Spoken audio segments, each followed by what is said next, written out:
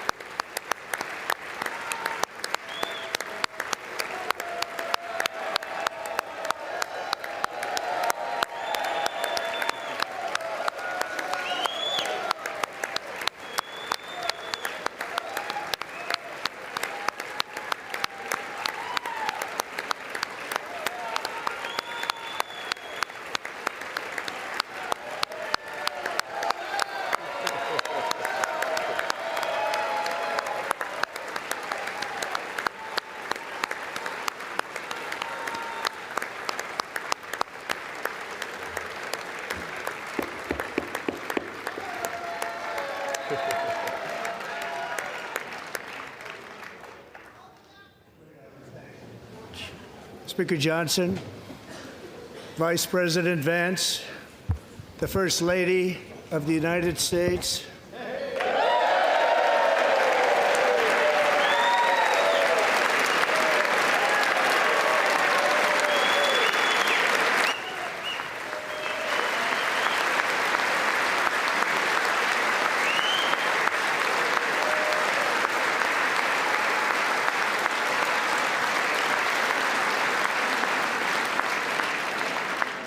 members of the United States Congress, thank you very much.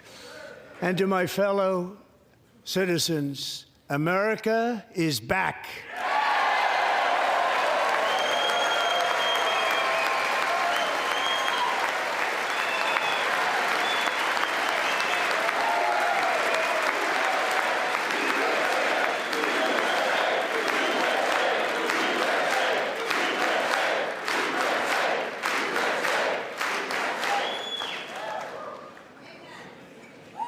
6 weeks ago, I stood beneath the dome of this Capitol and proclaimed the dawn of the golden age of America. From that moment on, it has been nothing but swift and unrelenting action to usher in the greatest and most successful era in the history of our country. We have accomplished more in 43 days than most administrations accomplished in 4 years or 8 years, and we are just getting started.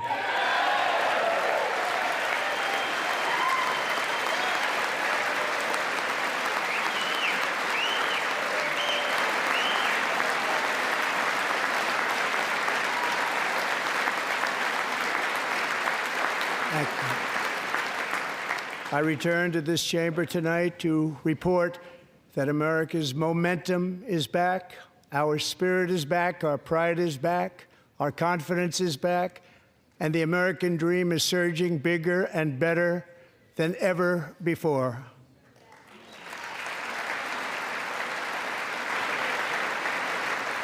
The American dream is unstoppable, and our country is on the verge of a comeback, the likes of which the world has never witnessed and perhaps will never witness again. There's never been anything like it. The presidential election of November 5th was a mandate like has not been seen in many decades. We won all 7 swing states, giving us an electoral college victory of 312 votes.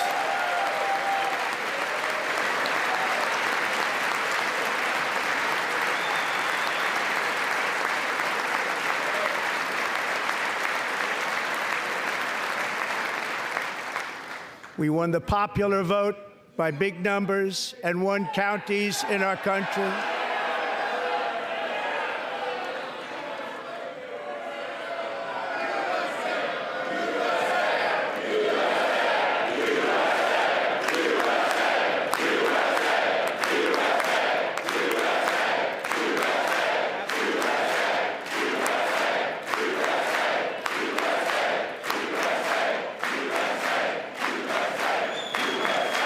And won counties in our country, 2,700 to 525, on a map that reads almost completely red for Republican.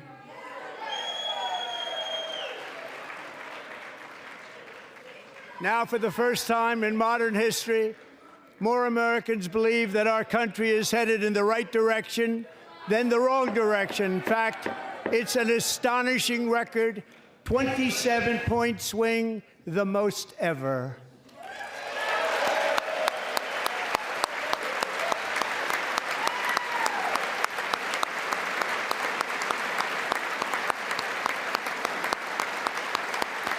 Likewise, small business optimism saw its single largest one-month gain ever recorded, Mr. President. a 41-point jump.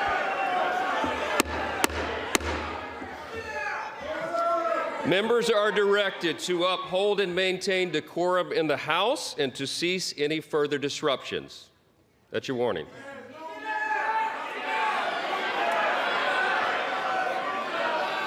Members are engaging in willful and continuing breach of decorum, and the chair is prepared to direct the Sergeant-at-Arms to restore order to the joint session.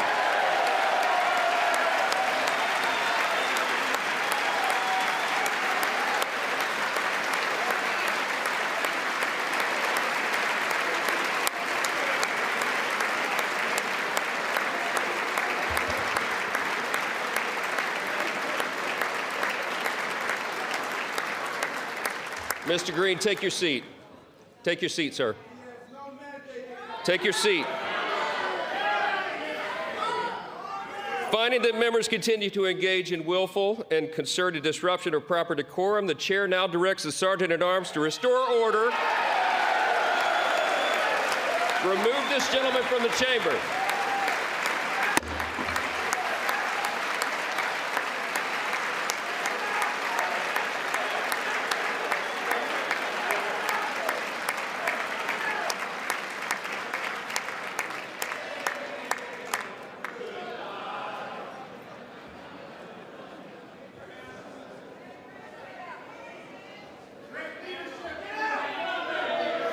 Go.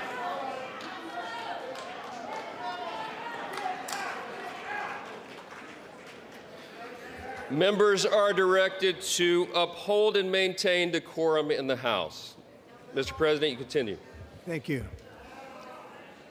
Over the past 6 weeks, I have signed nearly 100 executive orders and taken more than 400 executive actions, a record, to restore common sense, safety, optimism, and wealth all across our wonderful land. The people elected me to do the job, and I'm doing it.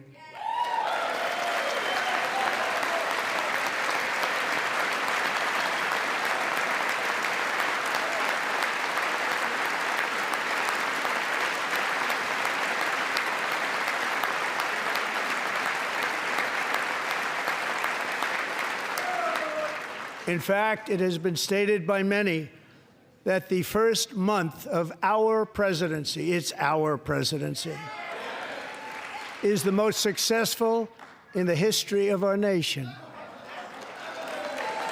By many.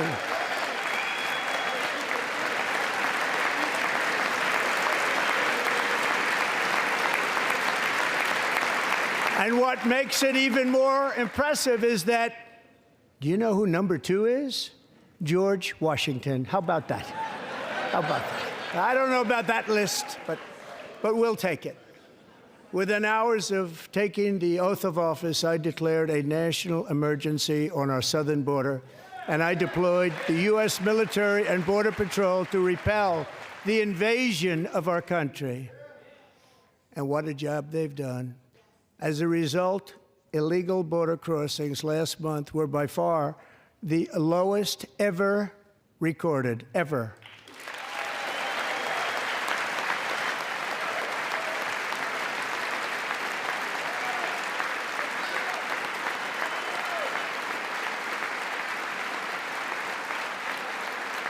They heard my words and they chose not to come. Much easier that way. In comparison, under Joe Biden, the worst president in American history, there were hundreds of thousands of illegal crossings a month, and virtually all of them, including murderers, drug dealers, gang members, and people from mental institutions and insane asylums, were released into our country. Who would want to do that? This is my 5th such speech to Congress. And once again, I look at the Democrats in front of me, and I realize there is absolutely nothing I can say to make them happy or to make them stand or smile or applaud. Nothing I can do. I could find a cure to the most devastating disease, a disease that would wipe out entire nations, or announce the answers to the greatest economy in history, or the stoppage of crime to the lowest levels ever recorded. And these people sitting right here will not clap, will not stand, and certainly will not cheer for these astronomical achievements. They won't do it, no matter what. Five times I've been up here. It's very sad, and it just shouldn't be this way.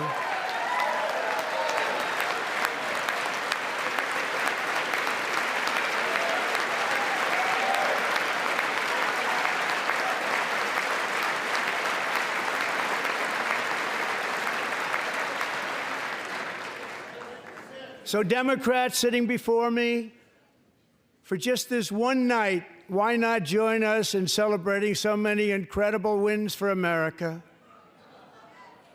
For the good of our nation, let's work together and let's truly make America great again.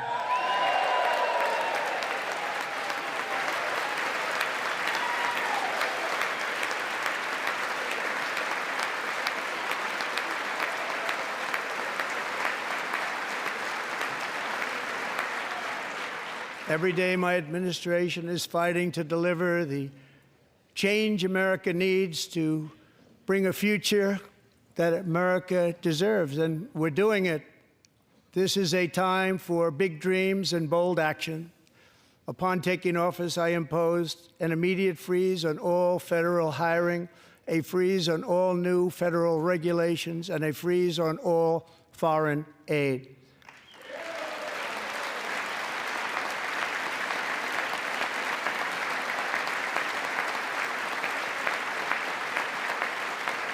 I terminated the ridiculous Green New Scam.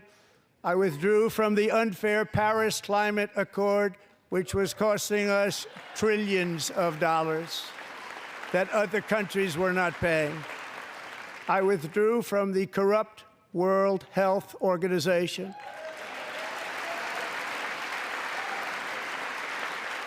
And I also withdrew from the anti-American UN Human Rights Council.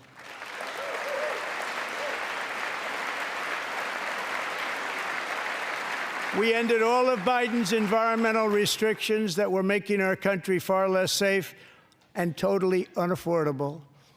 And importantly, we ended the last administration's insane electric vehicle mandate, saving our auto workers and companies from economic destruction.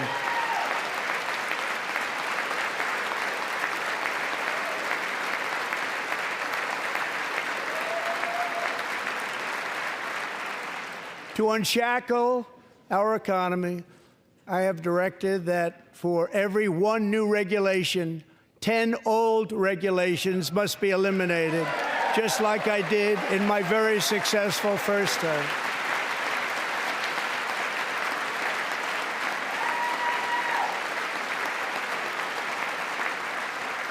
And in that first term, we set records on ending unnecessary rules and regulations like no other president had done before.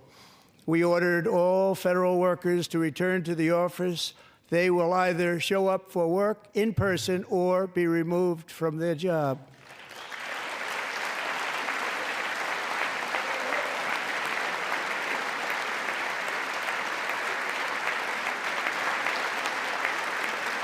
And we have ended weaponized government where, as an example, a sitting president is allowed to viciously prosecute his political opponent, like me.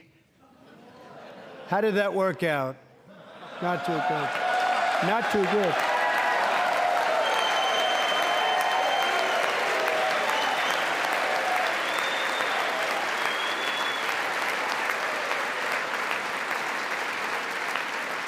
And I have stopped all government censorship and brought back free speech in America. It's back.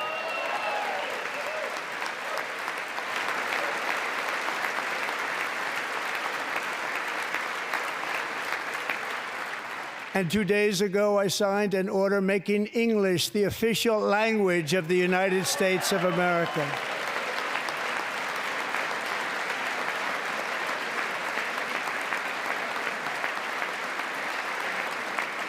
I renamed the Gulf of Mexico the Gulf of America.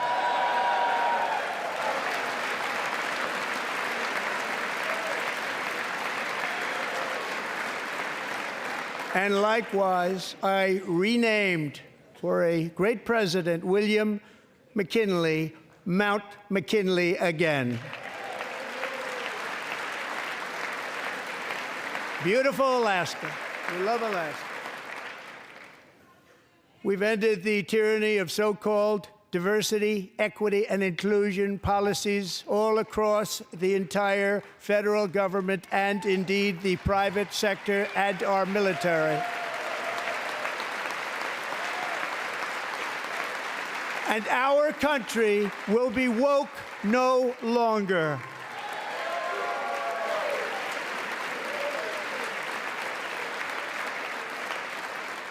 We believe that whether you are a doctor, an accountant, a lawyer, or an air traffic controller, you should be hired and promoted based on skill and competence, not race or gender.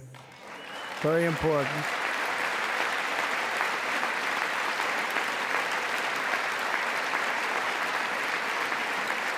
You should be hired based on merit. And the Supreme Court, in a brave and very powerful decision, has allowed us to do so. Thank you. Thank you very much. Thank you. We have removed the poison of critical race theory from our public schools, and I signed an order making it the official policy of the United States government that there are only two genders, male and female.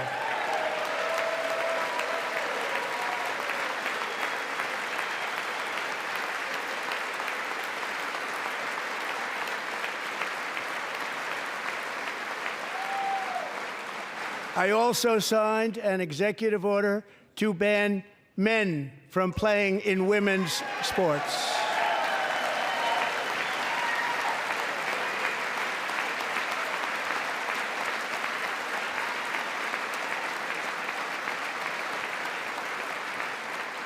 Three years ago, Peyton McNabb was an all-star high school athlete, one of the best, preparing for a future in college sports.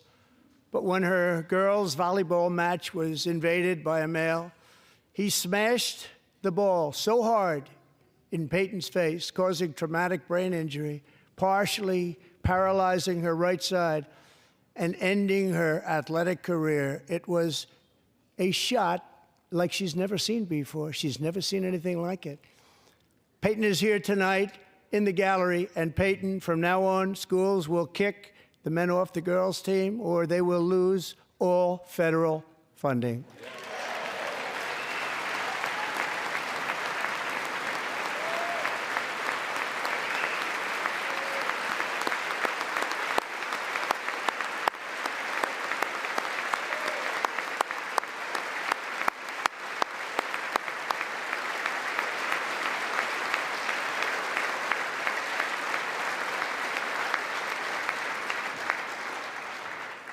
And if you really want to see numbers, just take a look at what happened in the women's boxing, weightlifting, track and field, swimming, or cycling, where a male recently finished a long-distance race 5 hours and 14 minutes ahead of a woman for a new record by 5 hours.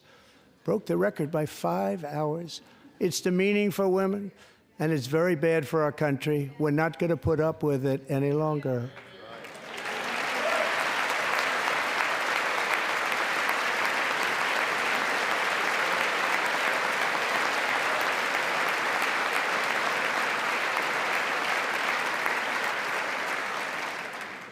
What I have just described is only a small fraction of the common sense revolution that is now, because of us, sweeping the entire world. Common sense has become a common theme, and we will never go back. Never. Never going to let that happen. Among my very highest priorities is to rescue our economy and get dramatic and immediate relief to working families. As you know, we inherited from the last administration an economic catastrophe and an inflation nightmare. Their policies drove up energy prices, pushed up grocery costs, and drove the necessities of life out of reach for millions and millions of Americans. They've never had anything like it. We suffered the worst inflation in 48 years, but perhaps even in the history of our country. They're not sure. As president, I'm fighting every day to reverse this damage and make America affordable again.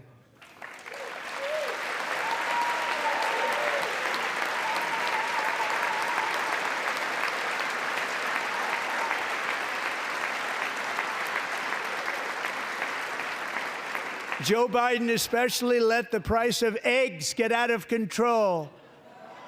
The egg price is out of control, and we're working hard to get it back down. Secretary, do a good job on that. You inherited a total mess from the previous administration. Do a good job.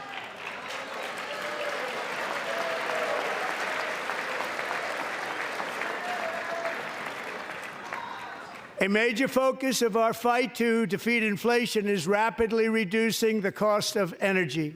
The previous administration cut the number of new oil and gas leases by 95%, slowed pipeline construction to a halt, and closed more than 100 power plants. We are opening up many of those power plants right now.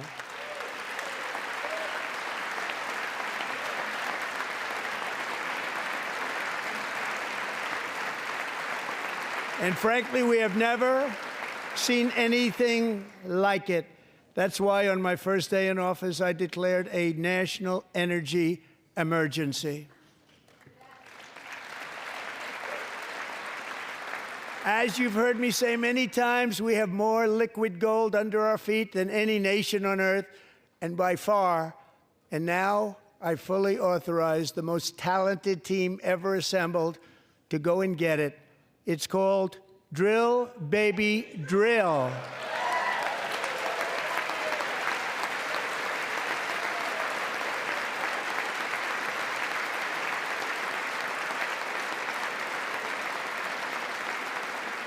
My administration is also working on a gigantic natural gas pipeline in Alaska, among the largest in the world, where Japan, South Korea, and other nations want to be our partner with investments of trillions of dollars each. There's never been anything like that one. It will be truly spectacular. It's all set to go. The permitting is gotten. And later this week, I will also take historic action to dramatically expand production of critical minerals and rare earths here in the USA.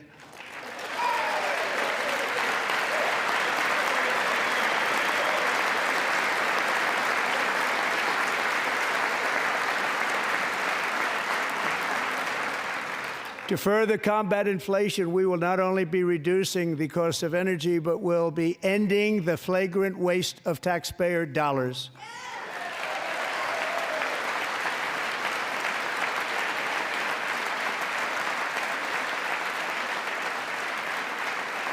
And to that end, I have created the brand new Department of Government Efficiency, GOGE. Perhaps you've heard of it. Perhaps.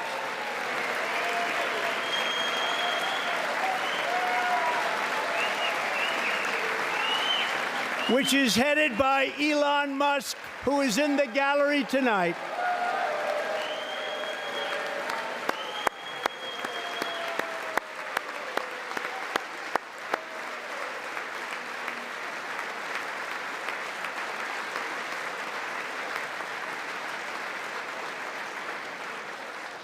Thank you, Elon. He's working very hard. He didn't need this. He didn't need this. Thank you very much. We appreciate it. Everybody here, even this side, appreciates it, I believe. They just don't want to admit that. Just listen to some of the appalling waste we have already identified. $22 billion from HHS to provide free housing and cars for illegal aliens. $45 million for diversity, equity, and inclusion scholarships in Burma. $40 million to improve the social and economic inclusion of sedentary migrants. Nobody knows what that is. $8 million to promote LGBTQI+ in the African nation of Lesotho, which nobody has ever heard of. $60 million for indigenous peoples and Afro-Colombian empowerment in Central America. $60 million. $8 million for making mice transgender. This is real. $32 million for a left-wing propaganda operation in Moldova. $10 million for male circumcision in Mozambique. $20 million for the Arab Sesame Street in the Middle East. It's a program, $20 million for a program. $1.9 billion to recently created Decarbonization of Homes Committee, headed up, and we know she's involved. Just at the last moment, the money was passed over by a woman named Stacey Abrams. Have you ever heard of her? A $3.5 million consulting contract for lavish fish monitoring. $1.5 million for voter confidence in Liberia. $14 million for social cohesion in Mali. $59 million for illegal alien hotel rooms in New York City. He's a real estate developer. He's done very well. $250,000 to increase vegan local climate action innovation in Zambia. $42 million for social and behavior change in Uganda. $14 million for improving public procurement in Serbia. $47 million for improving learning outcomes in Asia. Asia's doing very well with learning. I don't know what we're doing. We should use it ourselves. And $101 million for DEI contracts at the Department of Education. The most ever paid, nothing even like it. Under the Trump administration, all of these scams, and they're far worse, but I didn't think it was appropriate to talk about them. They're so bad. Many more have been found out and exposed and swiftly terminated by a group of very intelligent, mostly young people, headed up by Elon, and we appreciate it. We found hundreds of billions of dollars of fraud.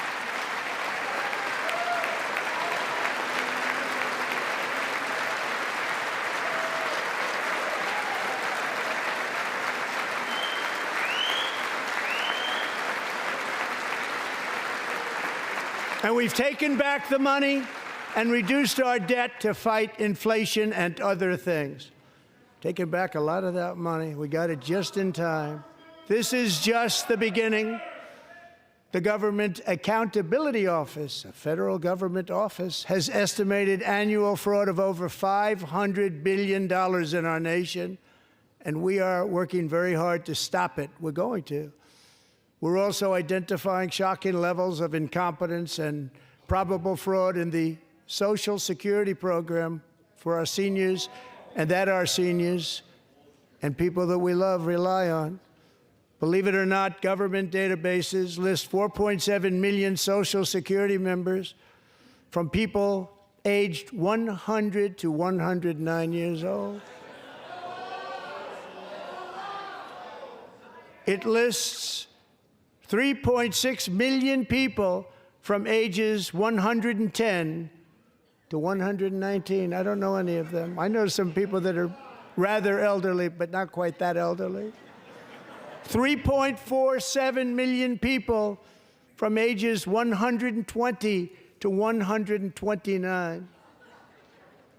3.9 million people from ages 130 to 139. 3.5 million people from ages 140 to 149. And money is being paid to many of them, and we're searching right now. In fact, Pam, good luck. Good luck. You're going to find it. But a lot of money is paid out to people because it just keeps getting paid, and nobody does, and it really hurts Social Security and hurts our country. 1.3 million people from ages 150 to 159, and over 130,000 people, according to the Social Security databases, are age over 160 years old. We have a healthier country than I thought, Bobby.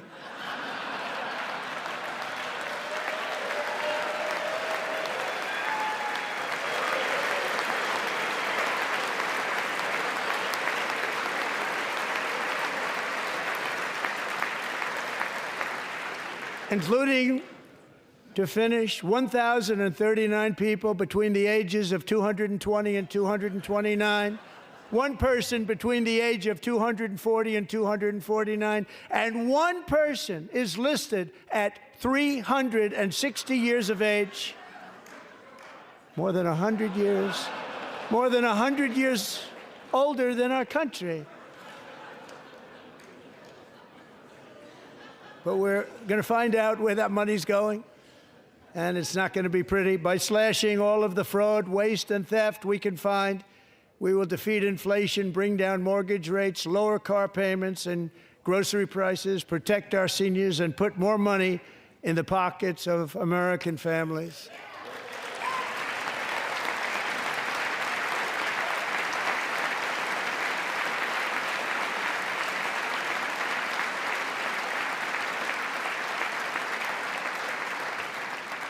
And today, interest rates took a beautiful drop, big, beautiful drop. It's about time.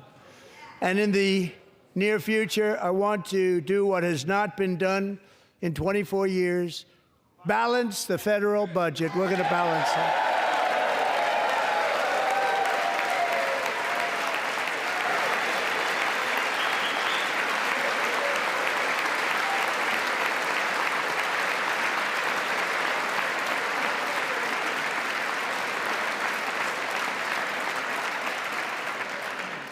With that goal in mind, we have developed in great detail what we are calling the Gold Card, which goes on sale very, very soon.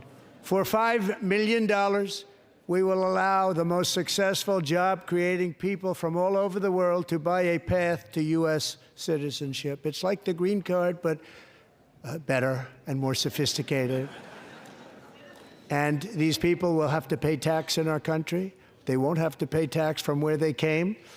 The money that they've made, you wouldn't want to do that, but they have to pay tax, create jobs. They'll also be taking people out of colleges and paying for them so that we can keep them in our country instead of having them being forced out.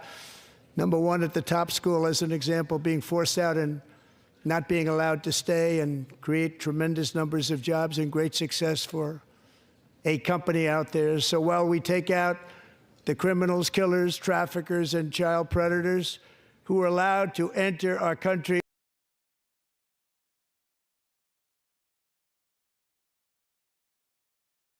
under the open border policy of these people, the Democrats, the Biden administration, the open border insane policies that you've allowed to destroy our country, we will now bring in brilliant, hardworking, job-creating people.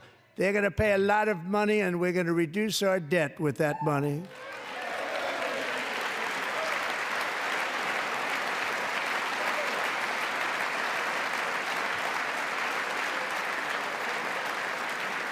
Americans have given us a mandate for bold and profound change.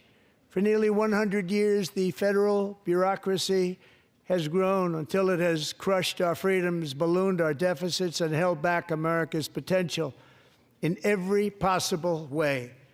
The nation founded by pioneers and risk-takers now drowns under millions and millions of pages of regulations and debt.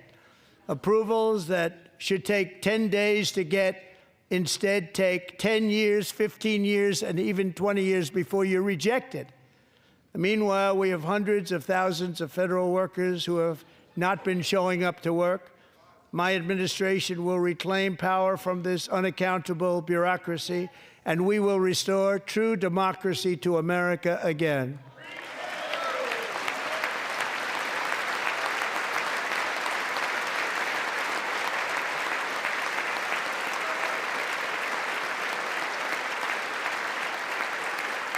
And any federal bureaucrat who resists this change will be removed from office immediately. Because we are draining the swamp. It's very simple. And the days of rule by unelected bureaucrats are over.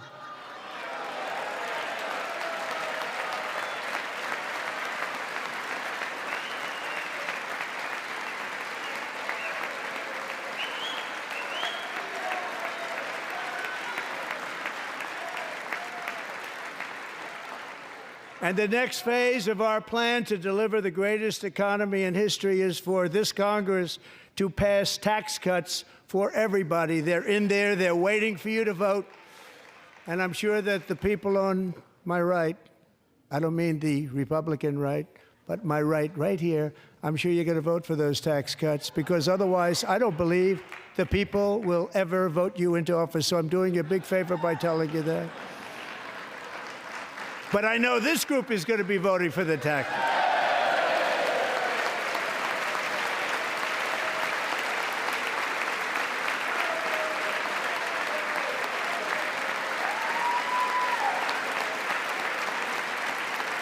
Thank you. It's a very, very big part of our plan. We had tremendous success in our first term with it. A very big part of our plan. We're seeking permanent income tax cuts all across the board.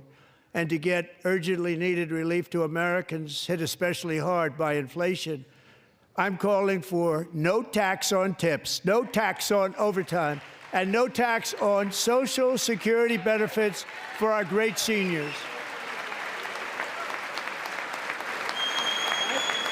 Good luck.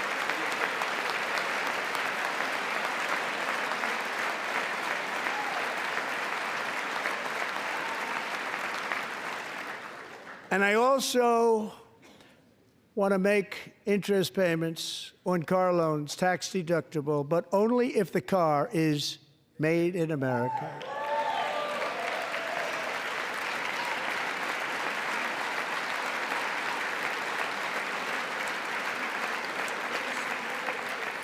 And by the way, we're going to have growth in the auto industry like nobody's ever seen. Plants are opening up all over the place. Deals are being made. Never seen. That's a combination of the election win and tariffs. It's a beautiful word, isn't it? That, along with our other policies, will allow our auto industry to absolutely boom. It's going to boom. Spoke to the majors today, all three, the top people, and they're so excited. In fact, already numerous car companies have announced that they will be building massive automobile plants in America, with Honda just announcing a new plant in Indiana, one of the largest anywhere in the world.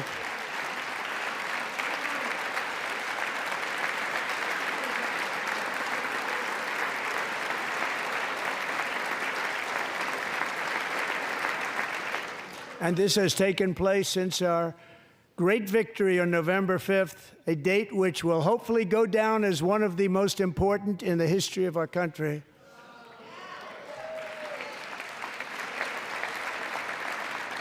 In addition, as part of our tax cuts, we want to cut taxes on domestic production and all manufacturing. And just as we did before, we will provide 100% expensing. It will be retroactive to January 20th, 2025.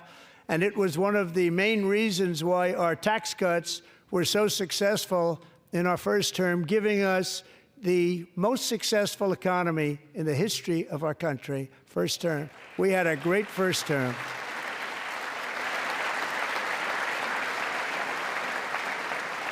If you don't make your product in America, however, under the Trump administration, you will pay a tariff, and in some cases, a rather large one.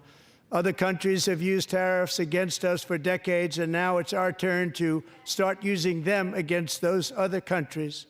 On average, the European Union, China, Brazil, India, Mexico, and Canada, have you heard of them? And countless other nations charge us tremendously higher tariffs than we charge them. It's very unfair. India charges us auto tariffs higher than 100%. China's average tariff on our products is twice what we charge them. And South Korea's average tariff is 4 times higher. Think of that, 4 times higher. And we give so much help militarily and in so many other ways to South Korea, but that's what happens. This is happening by friend and foe.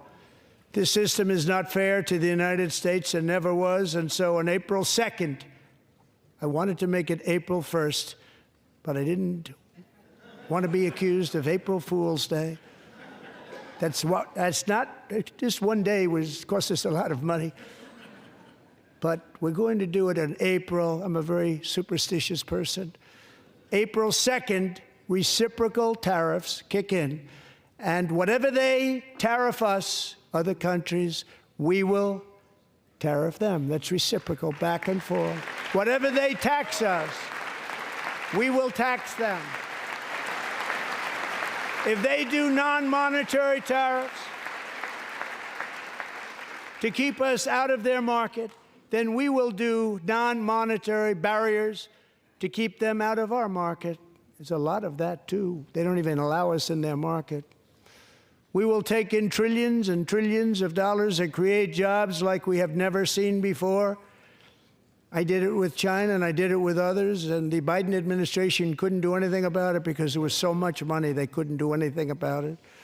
We have been ripped off for decades by nearly every country on earth, and we will not let that happen any longer.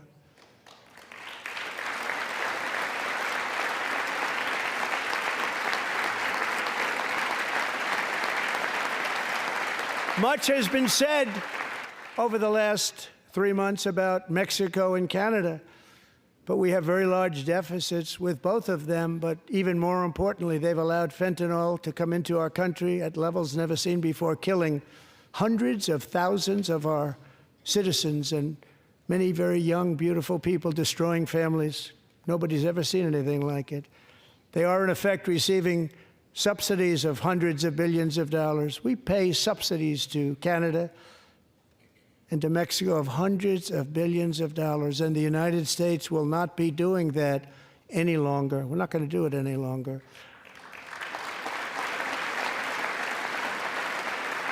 Thanks to our America First policies we're putting into place, we have had $1.7 trillion of new investment in America in just the past few weeks. The combination of the election and our economic policies that people of SoftBank, one of the most brilliant anywhere in the world, announced a $200 billion investment. OpenAI and Oracle, Larry Ellison, announced $500 billion investment, which they wouldn't have done if Kamala had won. Apple announced $500 billion investment.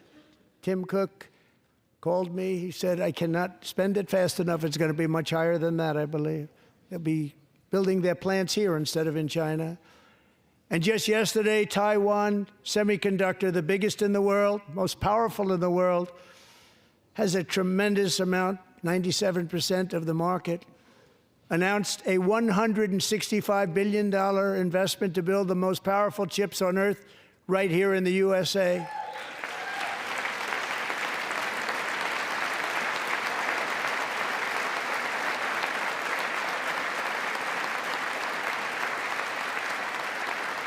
And we're not giving them any money. Your CHIPS Act is a horrible, horrible thing. We give hundreds of billions of dollars, and it doesn't mean a thing. They take our money and they don't spend it.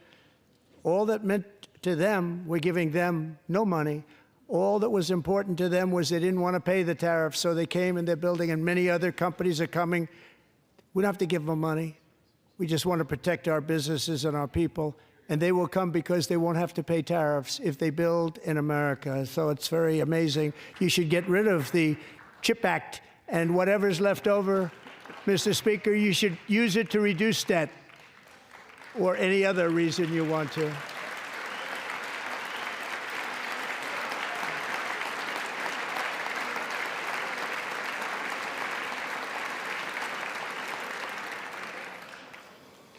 Our new trade policy will also be great for the American farmer. I love the farmer, who will now be selling into our home market, the USA, because nobody is going to be able to compete with you. Because there's goods that come in from other countries and companies. They're really in a bad position in so many different ways. They're uninspected.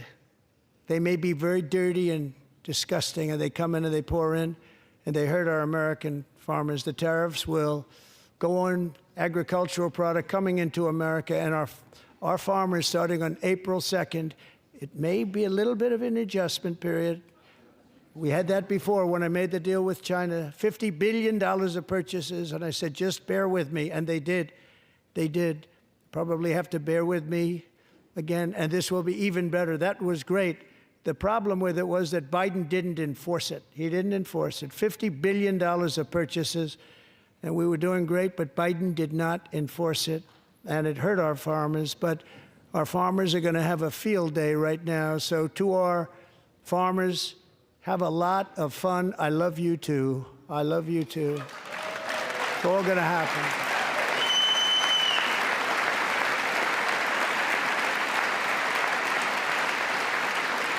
And I have also imposed a 25% tariff on foreign aluminum, copper, lumber, and steel, because if we don't have, as an example, steel and lots of other things, we don't have a military, and frankly, we just won't have a country very long.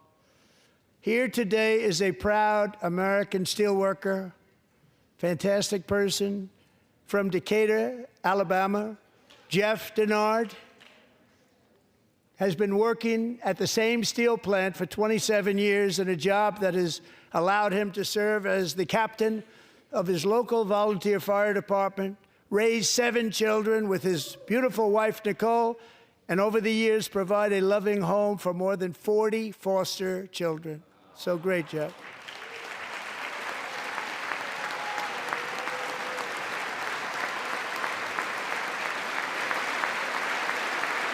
Thank you, Jeff. Thank you, Jeff.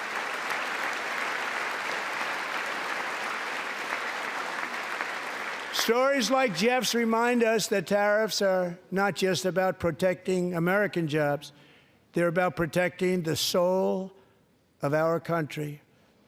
Tariffs are about making America rich again and making America great again, and it's happening, and it will happen rather quickly. There'll be a little disturbance, but we're okay with that. It won't be much. No, you're not. Oh. And look where Biden took us, very low, the lowest we've ever been. Jeff, I want to thank you very much. And I also want to recognize another person who has devoted herself to foster care community. She works so hard on it. A very loving person, our magnificent First Lady of the United States.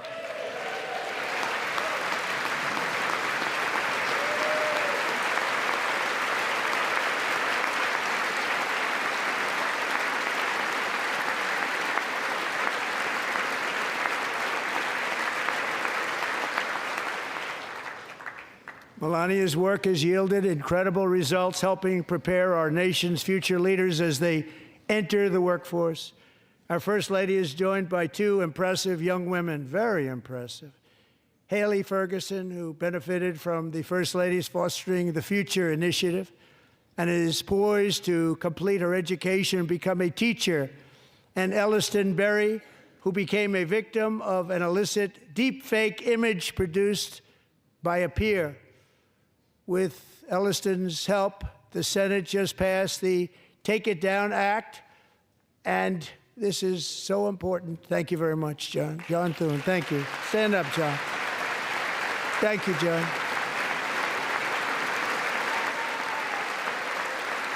Thank you all very much.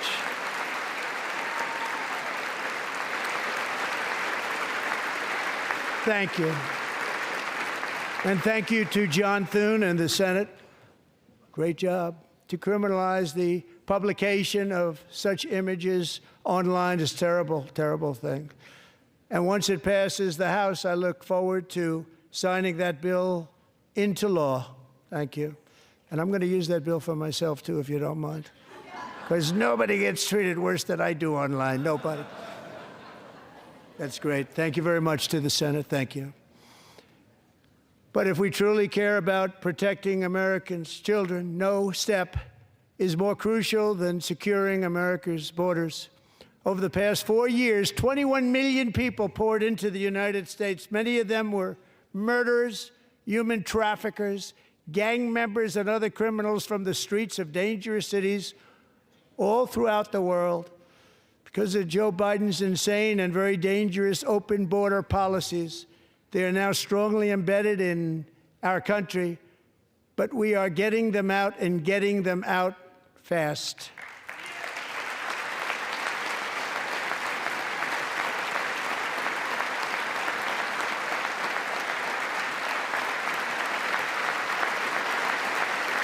And I want to thank Tom Homan and Christy. I want to thank you and Paul of Border Patrol. I want to thank you. What a job they've all done. Everybody, Border Patrol, ICE, law enforcement in general is incredible. We have to take care of our law enforcement. Have to.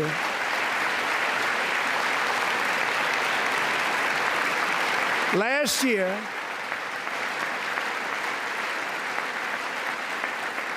a brilliant 22-year-old nursing student named Laken Riley, the best in her class, admired by everybody, went out for a jog on the campus of the University of Georgia. That morning, Laken was viciously attacked, assaulted, beaten, brutalized, and horrifically murdered. Laken was stolen from us by a savage illegal alien gang member who was arrested while trespassing across Biden's open southern border and then set loose into the United States under the heartless policies of that failed administration. It was indeed a failed administration. He had then been arrested and released in a Democrat-run sanctuary city, a disaster, before ending the life of this beautiful young angel. With us this evening are Laken's beloved mother, Allison, and her sister, Lauren.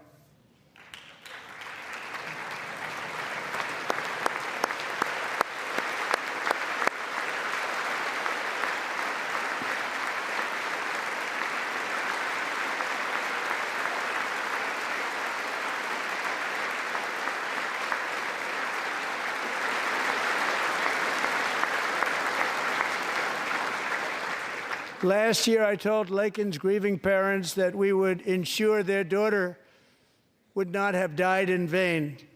That's why the very first bill I signed into law as your 47th president mandates the detention of all dangerous criminal aliens who threaten public safety.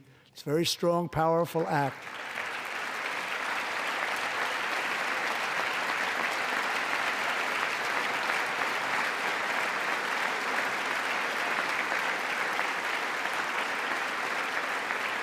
It's called the Laken-Riley Act. So Allison and Lauren, America will never, ever forget our beautiful Laken Hope Riley.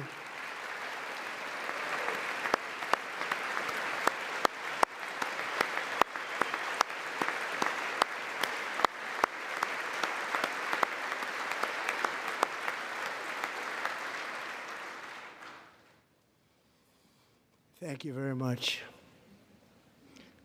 Since taking office, my administration has launched the most sweeping border and immigration crackdown in American history, and we quickly achieved the lowest numbers of illegal border crossers ever recorded. Thank you.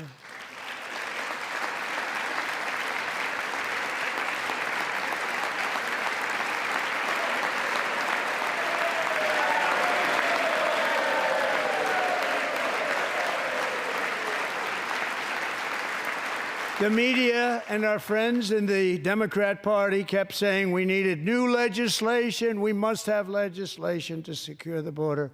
But it turned out that all we really needed was a new president.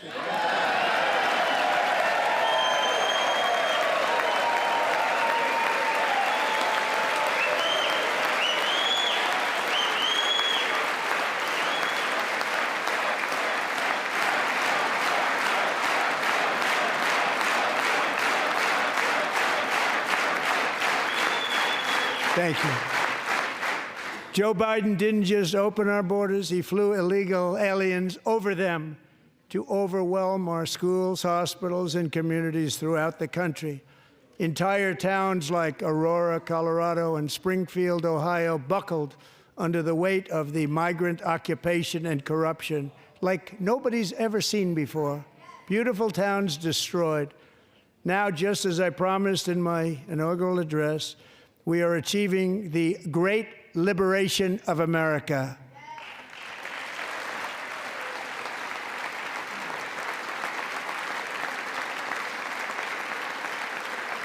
But there still is much work to be done. Here tonight is a woman I have gotten to know, Alexis Nungari from Houston.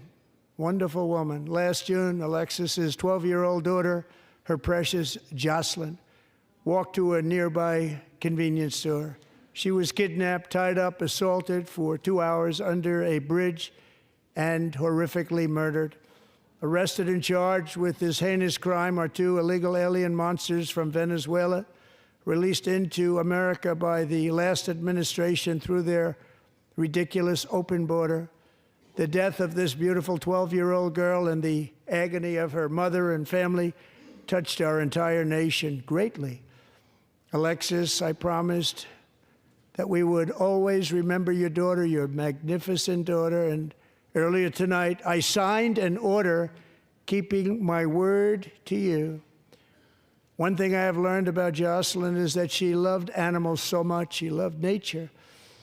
Across Galveston Bay, from where Jocelyn lived in Houston, you will find a magnificent national wildlife refuge, a pristine, peaceful, 34,000-acre sanctuary for all of God's creatures on the edge of the Gulf of America. Alexis, moments ago, I formally renamed that refuge in loving memory of your beautiful daughter, Jocelyn. So, Mr. Vice President, if you would, may I have the order?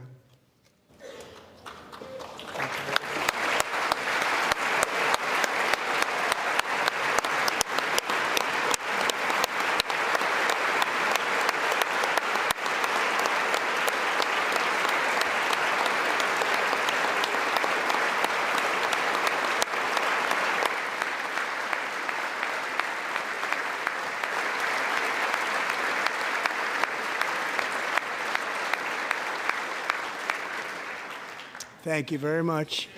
All 3 savages charged with Jocelyn and Lakin's murders were members of the Venezuelan prison gang, the toughest gang, they say, in the world, known as Tren de Aragua. 2 weeks ago, I officially designated this gang, along with MS-13 and the bloodthirsty Mexican drug cartels, as foreign terrorist organizations.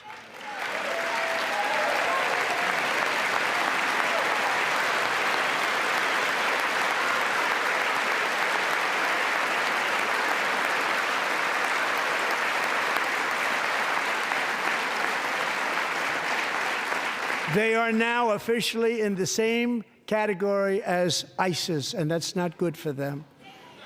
Countless thousands of these terrorists were welcomed into the U.S. by the Biden administration. But now every last one will be rounded up and forcibly removed from our country, or, if they're too dangerous, put in jails, standing trial in this country, because we don't want them to come back ever. With us this evening is a warrior on the front lines of that battle, Border Patrol Agent Roberto Ortiz. Great guy.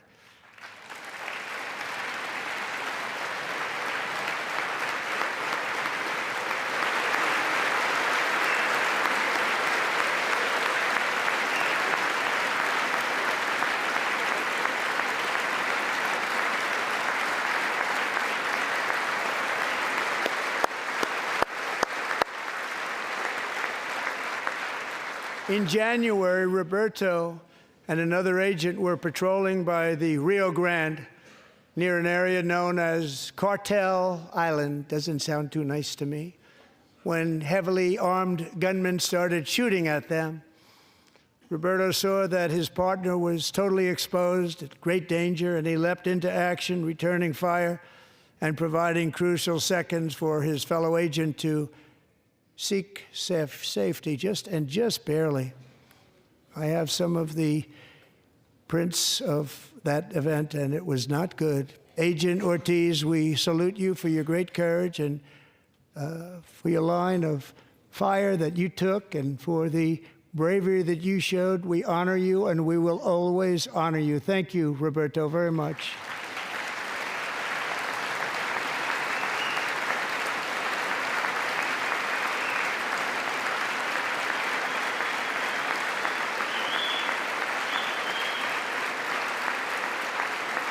Thank you, Roberto. And I actually got to know him on my many calls to the border. He's a great, great gentleman. The territory to the immediate south of our border is now dominated entirely by criminal cartels that murder, rape, torture, and exercise total control. They have total control over a whole nation, posing a grave threat to our national security. The cartels are waging war in America, and it's time for America to wage war on the cartels, which we are doing.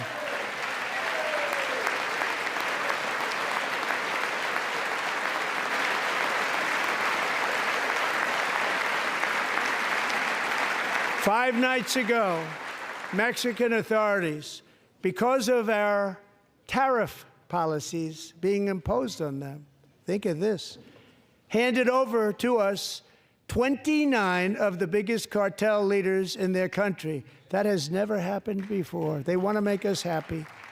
First time ever. But we need Mexico and Canada to do much more than they've done, and they have to stop the fentanyl and drugs pouring into the USA. They're going to stop it. I have sent Congress a detailed funding request laying out exactly how we will eliminate these threats to protect our homeland and complete the largest deportation operation in American history, larger even than current record holder President Dwight D. Eisenhower, a moderate man, but someone who believed very strongly in borders. Americans expect Congress to send me this funding without delay so I can sign it into law. So, Mr. Speaker, John Thune, both of you, I hope you're going to be able to do that, Mr. Speaker. Thank you. Mr. Leader, thank you. Thank you very much. And let's get it to me. I'll sign it so fast, you won't even believe it.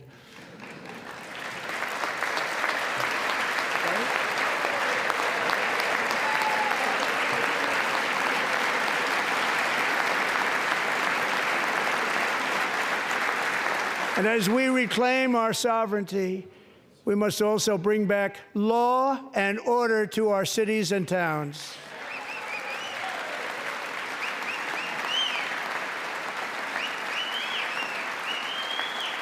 In recent years, our justice system has been turned upside down by radical left lunatics. Many jurisdictions virtually ceased enforcing the law against dangerous repeat offenders while weaponizing law enforcement against political opponents like me. My administration has acted swiftly and decisively to restore fair, equal, and impartial justice under the constitutional rule of law, starting at the FBI and the DOJ. Pam, good luck. Cash, wherever you may be, good luck. Good luck. Pam Bond. Good luck. So important. Going to do a great job. Cash, thank you. Thank you, Cash.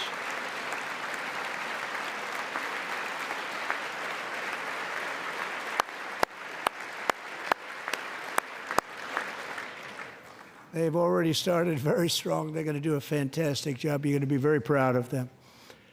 We're also once again giving our police officers the support, protection, and respect they so dearly deserve. They have to get it. They have such a hard, dangerous job, but we're going to make it less dangerous.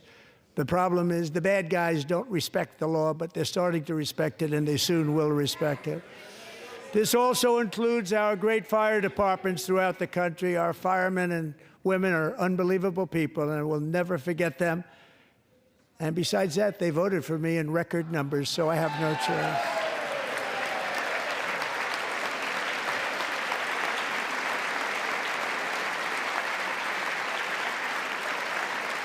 One year ago this month, 31-year-old New York police officer Jonathan Diller, unbelievably wonderful person and a great officer, was gunned down at a traffic stop on Long Island. I went to his funeral.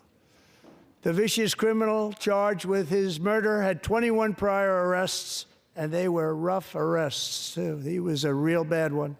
The thug in the seat next to him had 14 prior arrests, and went by the name of Killer. He was Killer. He killed other people, they say, a lot of them. I attended Officer Diller's service, and when I met his wife and one-year-old son, Ryan, it was very inspirational, actually. His widow's name is Stephanie, and she is here tonight. Stephanie, thank you very much, Stephanie. Thank you very much.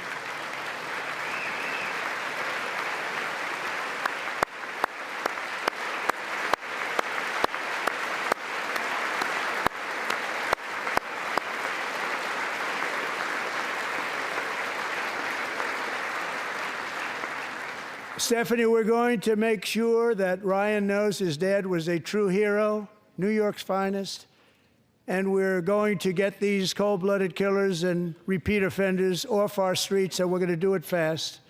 Got to stop it. They get out with 28 arrests. They push people into subway trains. They hit people over the head, back of the head with baseball bats. We got to get them out of here. I've already signed an executive order requiring a mandatory death penalty for anyone who murders a police officer. And tonight I'm asking Congress to pass that policy into permanent law.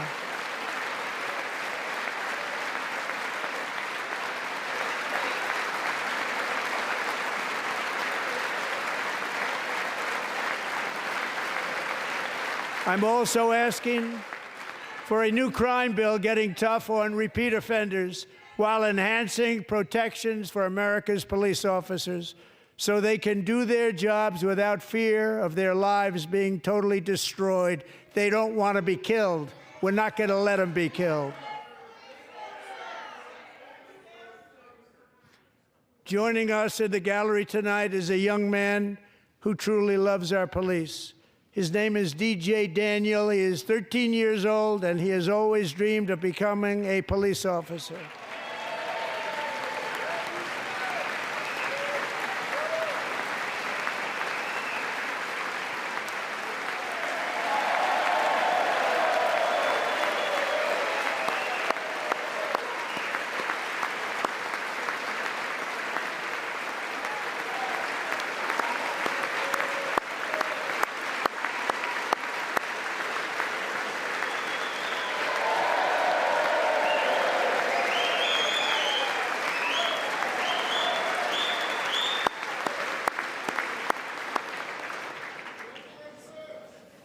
But in 2018, DJ was diagnosed with brain cancer. The doctors gave him 5 months at most to live. That was more than 6 years ago.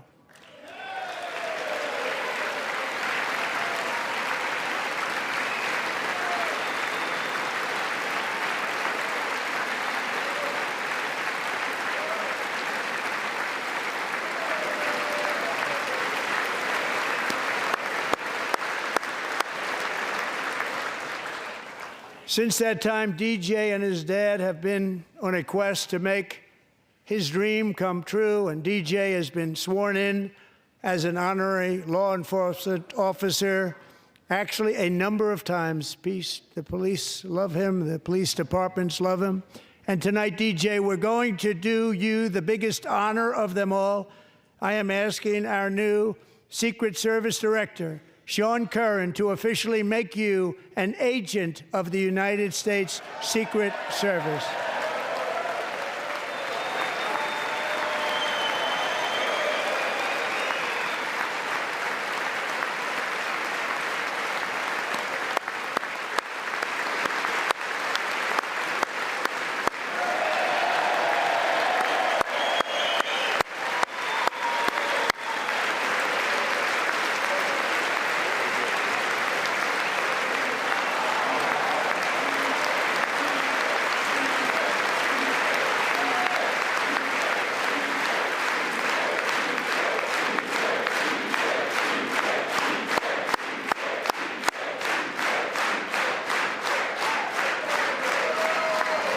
Thank you, DJ.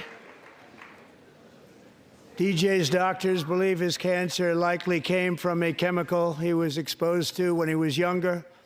Since 1975, rates of child cancer have increased by more than 40%.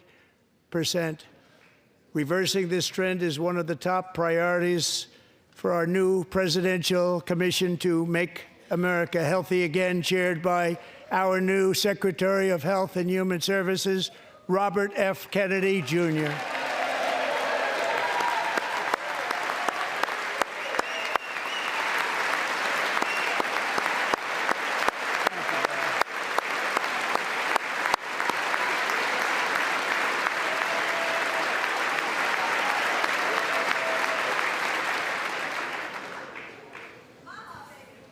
With the name Kennedy, you would have thought everybody over here would have been cheering. How quickly they forget.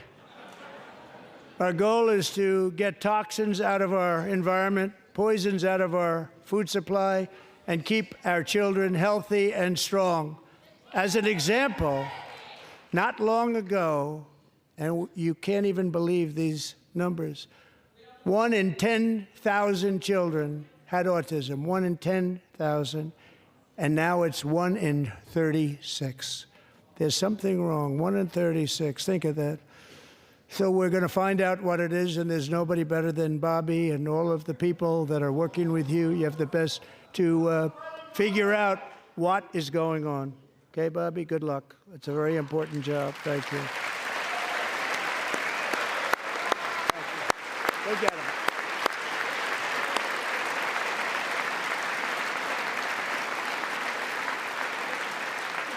Thank you. My administration is also working to protect our children from toxic ideologies in our schools. A few years ago, January Littlejohn and her husband discovered that their daughter's school had secretly socially transitioned their 13-year-old little girl. Teachers and administrators conspired to deceive January and her husband while encouraging her daughter to use a new name and pronouns. They, them pronoun, actually, all without telling January, who is here tonight and is now a courageous advocate against this form of child abuse. January, thank you. Thank you. Thank you very much. Thank you.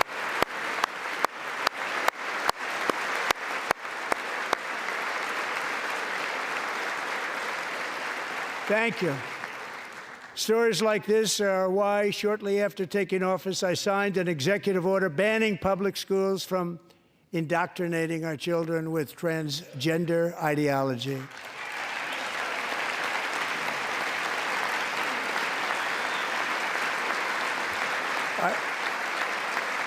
I also signed an order to cut off all taxpayer funding to any institution that engages in the sexual mutilation of our youth.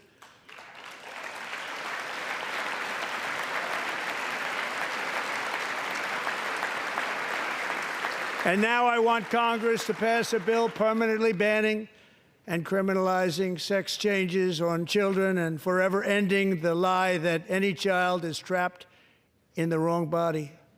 This is a big lie.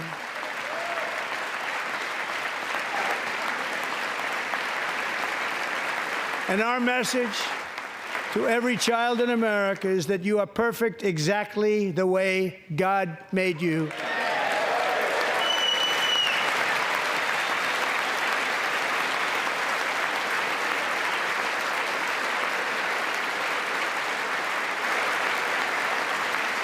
Because we're getting wokeness out of our schools and out of our military, and it's already out, and it's out of our society. We don't want it.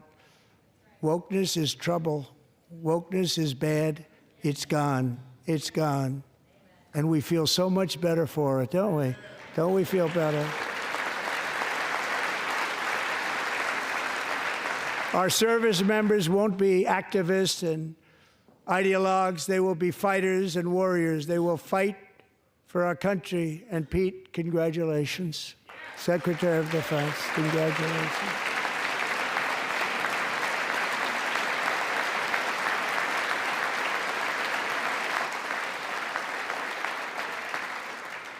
And he's not big into the woke movement, I can tell you. I know him well.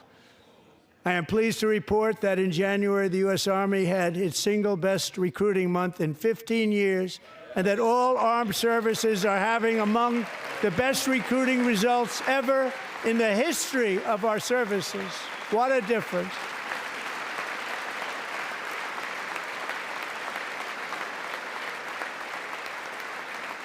And you know, it was just a few months ago where the results were exactly the opposite. We couldn't recruit anywhere. We couldn't recruit. Now we're having the best results just about that we've ever had. What a tremendous turnaround. It's really a beautiful thing to see. People love our country again. It's very simple. They love our country, and they love being in our military again. So it's a great thing, and thank you very much. Great job. Thank you.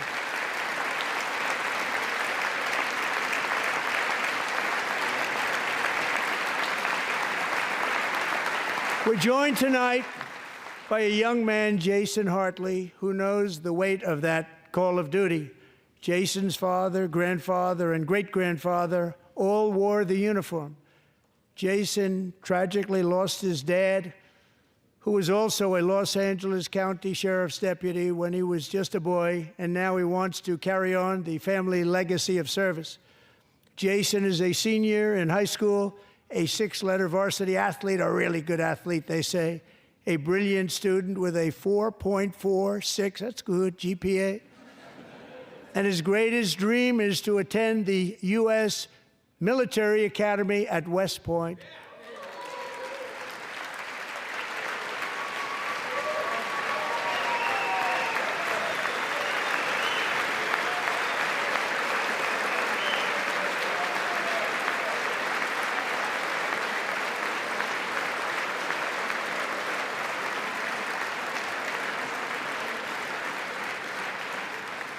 And Jason, that's a very big deal getting in. That's a hard one to get into. But I'm pleased to inform you that your application has been accepted. You will soon be joining the Corps of Cadets.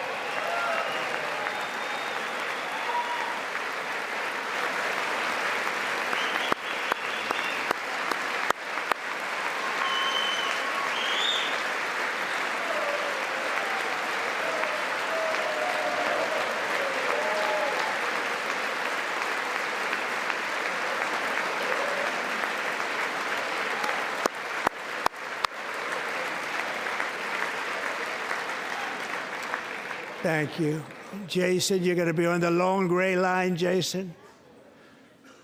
As Commander-in-Chief, my focus is on building the most powerful military of the future.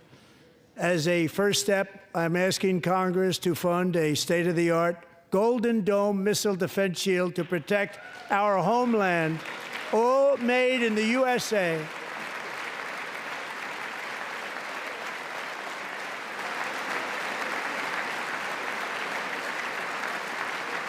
And Ronald Reagan wanted to do it long ago, but the technology just wasn't there, not even close. But now we have the technology. It's incredible, actually. And other places, they have it. Israel has it. Other places have it. And the United States should have it too, right, Tim, right? They should have it too. So I want to thank you. But it's a very, very important. This is a very dangerous world. We should have it. We want to be protected, and we're going to protect our citizens like never before. To boost our defense industrial base, we are also going to resurrect the American shipbuilding industry, including commercial shipbuilding and military shipbuilding.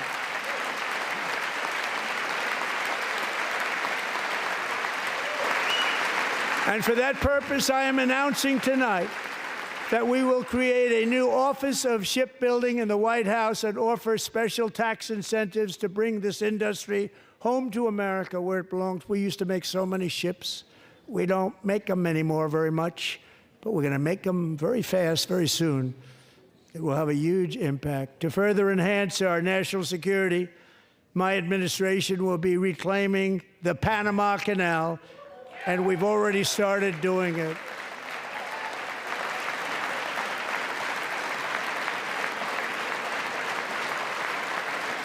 Just today, a large American company announced they are buying both ports around the Panama Canal and lots of other things having to do with the Panama Canal and a couple of other canals. The Panama Canal was built by Americans for Americans, not for others, but others could use it. But it was built at tremendous cost of American blood and treasure. 38,000 workers died building the Panama Canal. They died of malaria. They died of snake bites and mosquitoes. Not a nice place to work. They paid them very highly to go there, knowing there was a 25% chance that they would die. The most expensive project also that was ever built in our country's history, if you bring it up to modern day costs. It was given away by the Carter administration for $1, but that agreement has been violated very severely. We didn't give it to China. We gave it to Panama, and we're taking it back.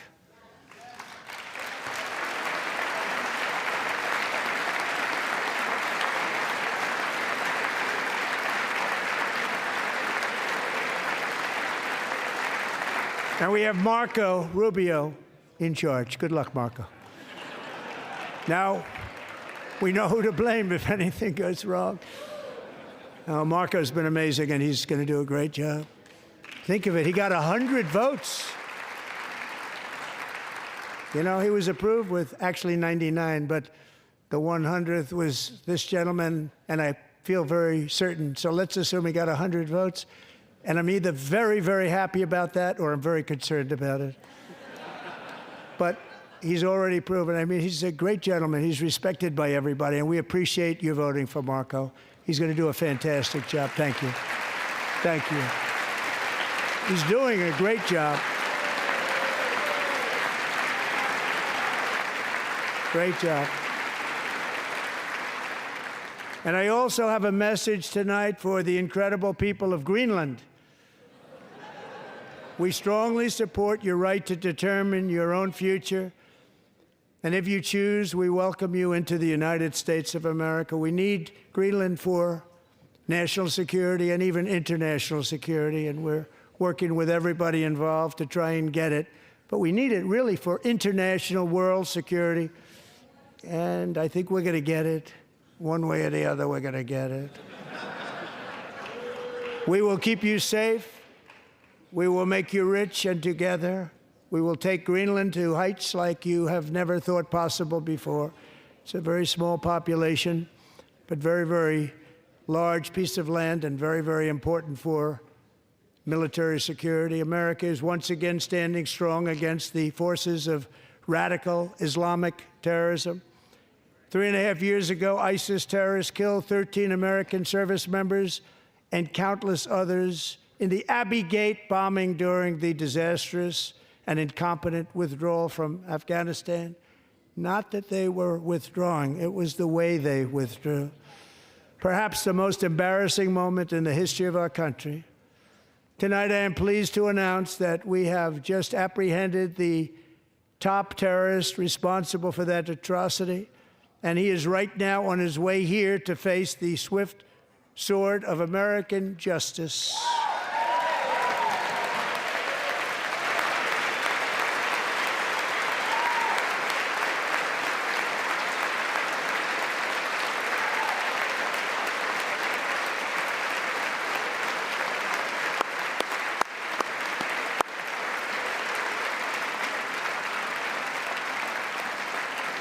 And I want to thank especially the government of Pakistan for helping arrest this monster.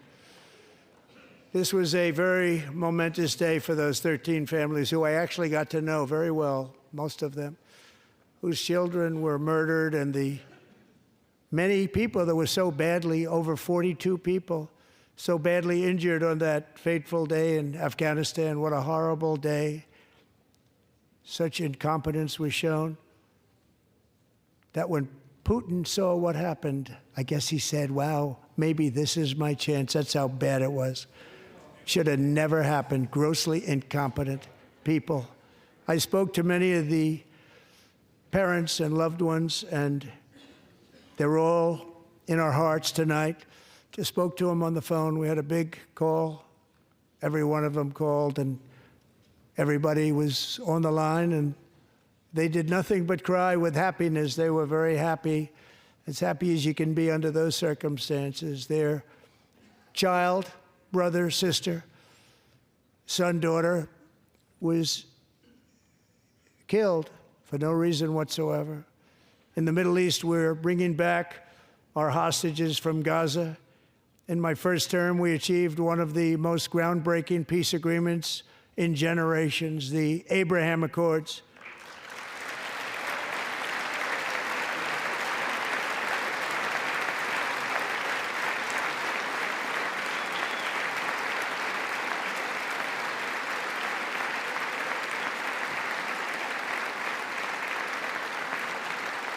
And now we're going to build on that foundation to create a more peaceful and prosperous future for the entire region. A lot of things are happening in the Middle East. People have been talking about that so much lately with everything going on with Ukraine and Russia. But a lot of things are happening in the Middle East. It's a rough neighborhood, actually. I'm also working tirelessly to end the savage conflict in Ukraine. Millions of Ukrainians and Russians have been needlessly killed or wounded in this horrific and brutal conflict with no end in sight. The United States has sent hundreds of billions of dollars to support Ukraine's defense, with no security, with no anything.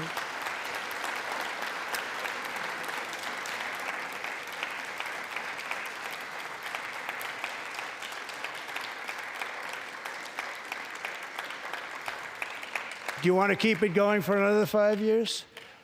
Yeah, you would say Pocahontas says yes.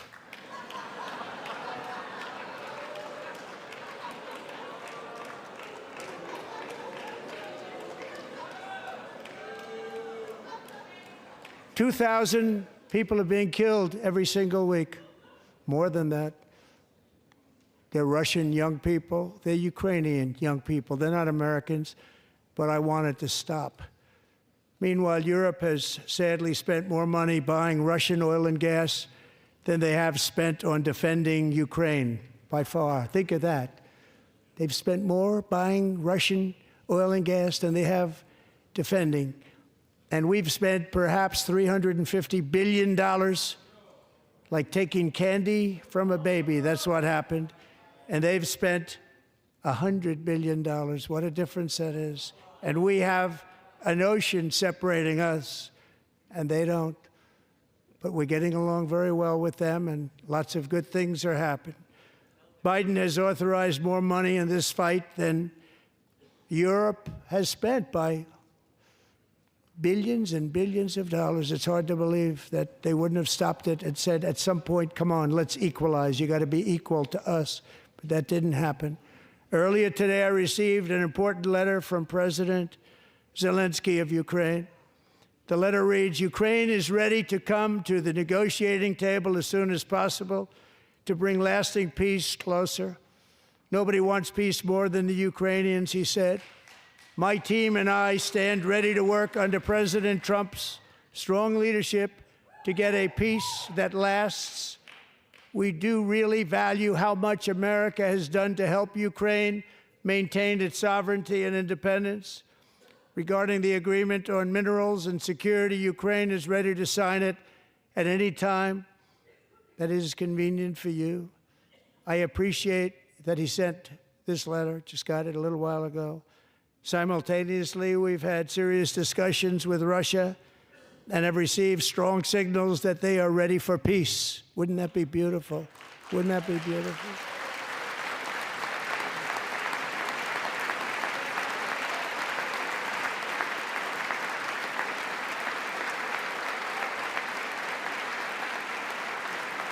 Wouldn't that be beautiful?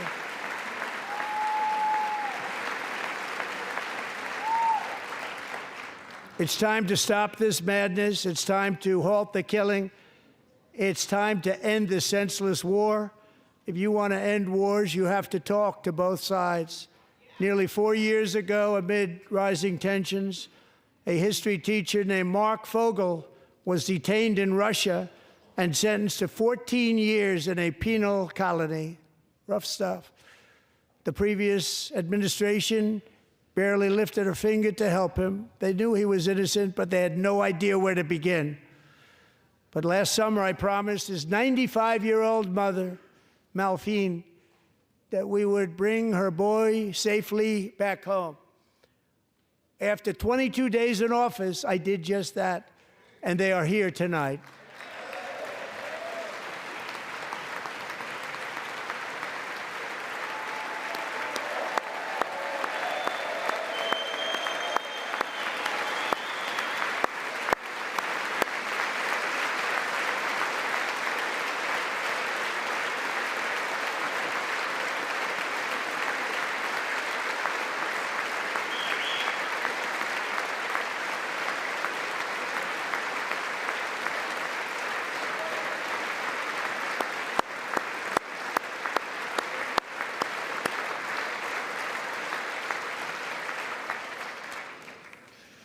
To Mark and his great mom, we are delighted to have you safe and sound and with us. As fate would have it, Mark Fogel was born in a small rural town in Butler, Pennsylvania. Have you heard of it? Where his mother has lived for the past 78 years. I just happened to go there last July 13th for a rally. That was not pleasant. And that is where I met his beautiful mom right before I walked onto that stage. And I told her I would not forget what she said about her son. And I never did I? Never forgot. Less than 10 minutes later, at that same rally, gunfire rang out, and a sick and deranged assassin unloaded 8 bullets from his sniper's perch into a crowd of many thousands of people. My life was saved by a fraction of an inch, but some were not so lucky. Corey Comparator was a firefighter, a veteran, a Christian, a husband, a devoted father, and above all, a protector. When the sound of gunshots pierced the air, it was a horrible sound. Corey knew instantly what it was and what to do.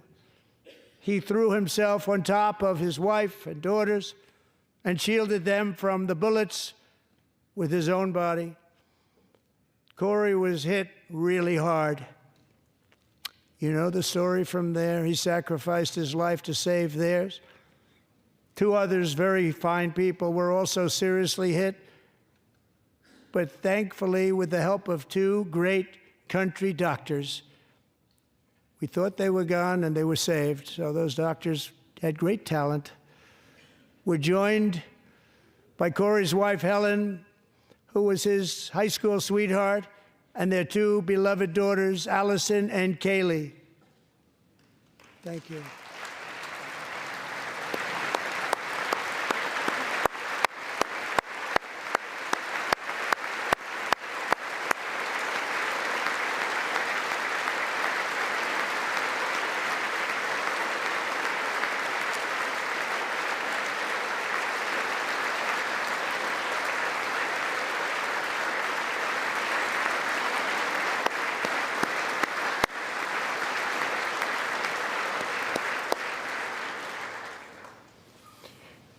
To Helen, Allison, and Kaylee, Corey is looking down on his 3 beautiful ladies right now, and he is cheering you on. He loves you.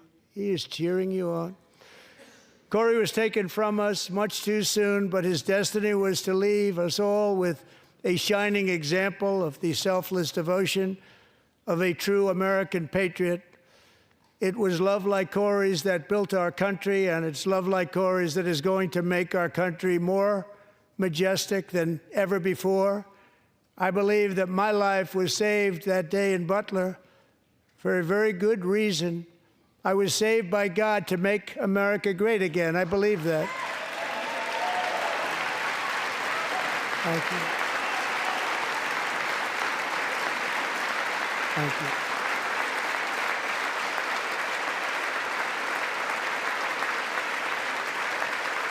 Thank you.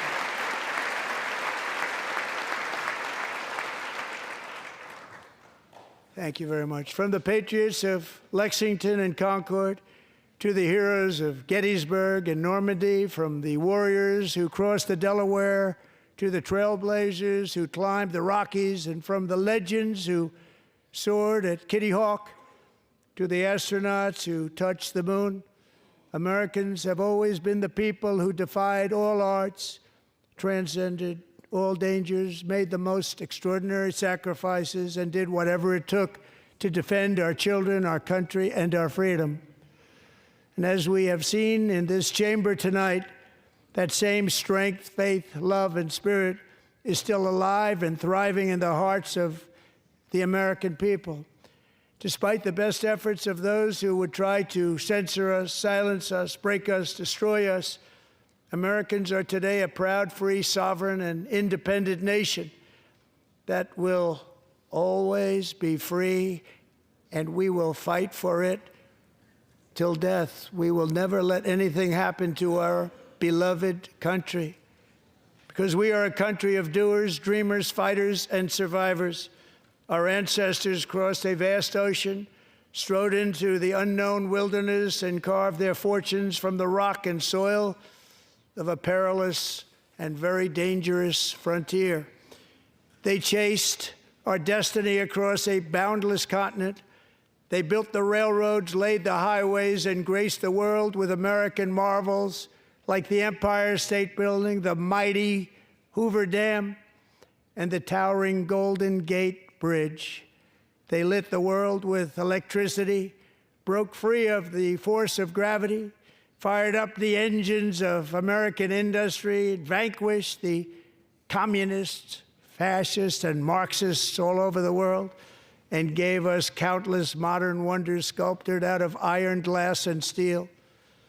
We stand on the shoulders of these pioneers who won and built the modern age, these workers who poured their sweat into the skylines of our cities, these warriors who shed their blood on fields of battle and gave everything they had for our rights and for our freedom. Now it is our time to take up the righteous cause of American liberty. And it is our turn to take America's destiny into our own hands and begin the most thrilling days in the history of our country. This will be our greatest era. With God's help, over the next 4 years, we are going to lead this nation even higher, and we are going to forge the freest, most advanced, most dynamic, and most dominant civilization ever to exist on the face of this earth.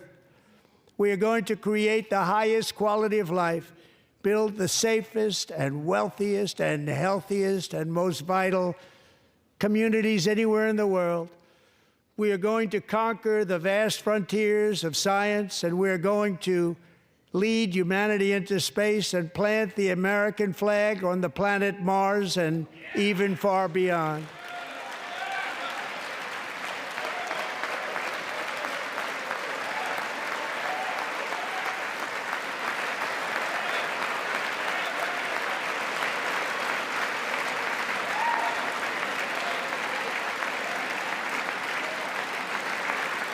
And through it all, we are going to rediscover the unstoppable power of the American spirit. And we are going to renew unlimited promise of the American dream.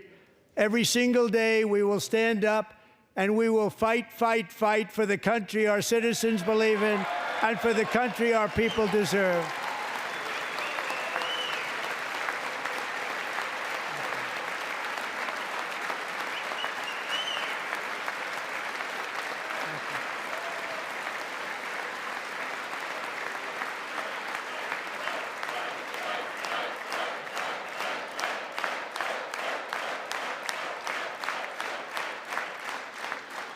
My fellow Americans, get ready for an incredible future, because the golden age of America has only just begun. It will be like nothing that has ever been seen before. Thank you, God bless you, and God bless America.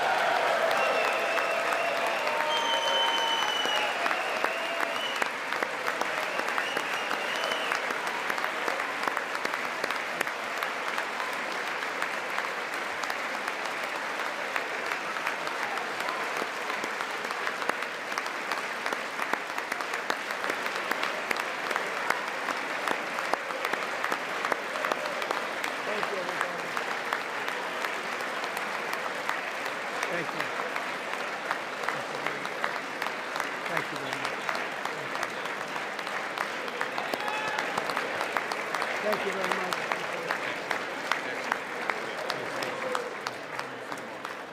Thank you very much.